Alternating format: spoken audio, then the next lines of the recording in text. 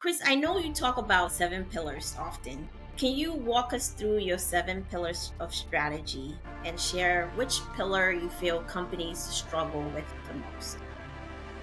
So this is a question I get very often, and really the one that they struggle with the most. It is very dependent on the company, but the seven are transparency, positive leadership, which we talked about earlier, by focusing on what's working, measurement, knowing how to deal with mistakes, recognition, um, listening.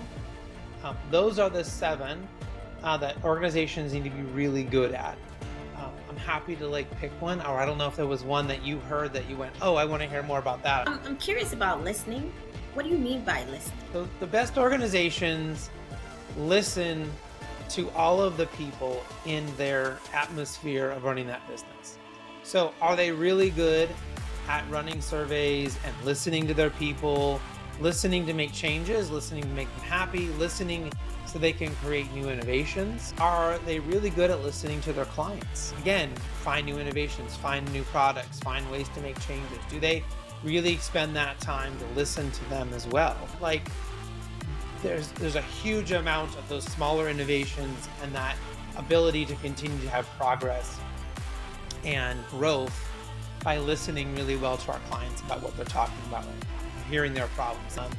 But one of the things that I challenge organizations to do is to think about how do they listen more often at a faster rate and a faster pace. And so one of the things that my organization got pretty famous for doing was we used to do a one question survey to all of our employees every single week. So I ditched the 52 questions at the end of the year, right? And replaced it with one every week. And what that did was is I asked them a question on Wednesday, let's say. They had until usually Friday or Monday usually it was Friday. I'd ask them like Wednesday, by Friday at the end of the day, they were supposed to have given me their answer.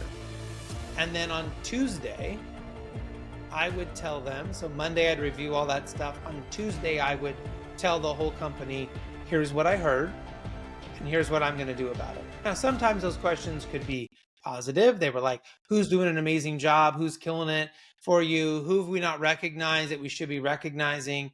It might be, where are we failing? Or what is it we could be doing better? Or my favorite one was, how am I as your CEO getting in your way?